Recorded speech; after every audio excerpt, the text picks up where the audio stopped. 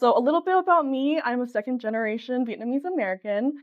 My parents immigrated here in the late 1980s to like 1990s. And their story is left the they left Vietnam post Vietnam War. And so then they had me. They had me and my siblings. And I started this type of work during my college years. So I went to Texas State University, and about 5 years ago is when I started to want to look into my cultural identity and create these very stacked, tense forms. Some sources of my inspiration were Vanitas paintings, which, if you're not familiar with, they're still life paintings that have like matters of decay. So if you've seen like still lifes with like orange peels, like rotting orange peels and like skulls or like flies. That was one of my sources of inspiration.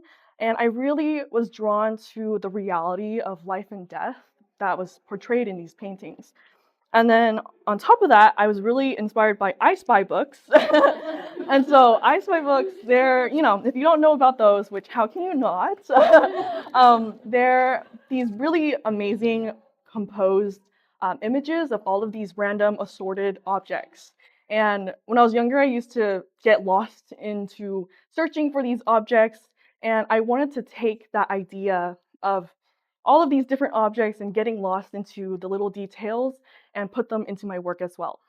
And so, with these two sources of inspiration, I merged them and I put in my theme of cultural identity. And during this time when creating this work, I felt a little disconnected from my Vietnamese side. And I had just moved from my family. I had moved to Austin, and I didn't realize, because if you guys are in Houston, you guys notice like there's a large Vietnamese community there. And so when I left Houston, I didn't realize like, wow, like I was exposed to so much Vietnamese culture there, to where when I left, I realized like, whoa, I'm missing out. And so the loss of seeing what I was exposed to made me appreciate how much I missed. And so in my work, I wanted to take that appreciation and put it all out there. And so I have my Vietnamese elements, I have my American elements, and because during this time I felt like a little disconnected, I wanted to reconnect with it. Um, because I don't speak too much Vietnamese, I did feel like that added to that disconnect. And so one of the best ways to connect with people and other cultures was through food. And so if you look around, there's a lot of food elements, and I think that's like one of the best ways to connect with people of different generations, of different backgrounds. And then, in addition to food and cultural identity, I wanted to reflect on my home environment. And so, if you notice, there's a lot of stuff going on. There's like stacks, and there's lots of objects. And I wanted to create that sense of tension and abundance because I wanted to kind of reflect on my home environment. And the reason why my home environment is important is because my family are like little squirrels, and we like to hoard acorns into our home, and we like to accumulate things. And when I was working with the idea of stacking and accumulating and hoarding, I wanted to ask why this happens. And it's pretty common in immigrant households to go through like habits of hoarding. And so when I started looking into why this happens, I started looking into my family history, and then it eventually brought me to looking into the Vietnam War. And so a lot of the common story with Vietnamese immigrants is they move here for the American dream, right? They sacrifice their lives and they go through these really harsh conditions and very uncomfortable conditions to get to the American dream. And so when I started looking into the American dream and the Vietnam War, I started to see the link between scarcity mentality and the American dream. And so what scarcity mentality is basically like modern day FOMO, right? You have like the fear of missing out, or it's like the fear of not having enough. So you overcompensate to hopefully save that in the future. So if you don't have enough in the future, then it's okay, you have this.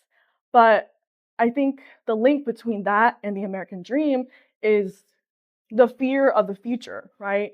So it's the parallel of feeding into the fear, and so you try to save, or you try to, um, I don't know, somehow save for the future in that regard. And so when I started to see the link between the American dream and the Vietnam War and its history and my parents, I started to see it beneath all of my work as well, and all of the objects that I was recreating from. And so at that point, I was like, oh my gosh, like it's everywhere. It's everywhere. And I started to realize like this is the marker of history presenting itself in real time. How the Vietnamese came here to start a new life, and how they're bringing their memories of home and of trauma to here. And I think it's really beautiful the way that it manifests. Sorry, excuse me. The way that it manifests in real time, and and in Houston, in coastal cities.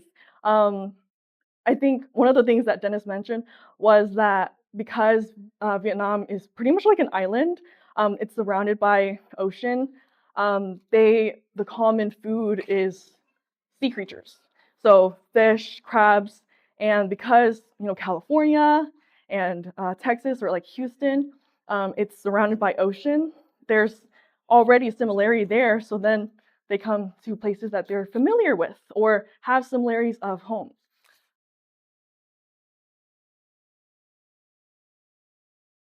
I kind of take inspiration from Murakami in the way that his work is very colorful, and it even though it talks about the war, and how people are affected by it, it's still very gravitating. And so I think, despite it being very like heavy, um, knowing that people may relate or may see the beauty of something that came from something traumatic, it makes it worthwhile, if that makes sense.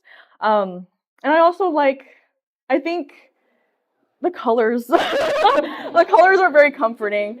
And I think also balancing between chaos and comfort. So in some situations, like the bitter melon sculpture, that one, I thought it was kind of fun to make because like if you guys ever seen like the bamboo foot massage roller thing, I took inspiration from that. But the idea of it is really interesting because if a bitter melon is bitter but you eat it for its health benefits, it's really similar to a foot massage, right? Like the bamboo foot massage. Because if you roll your foot on it, it hurts, but it's like relieving in the end. And so there's that parallel of like chaos and comfort, if that makes sense. Yeah.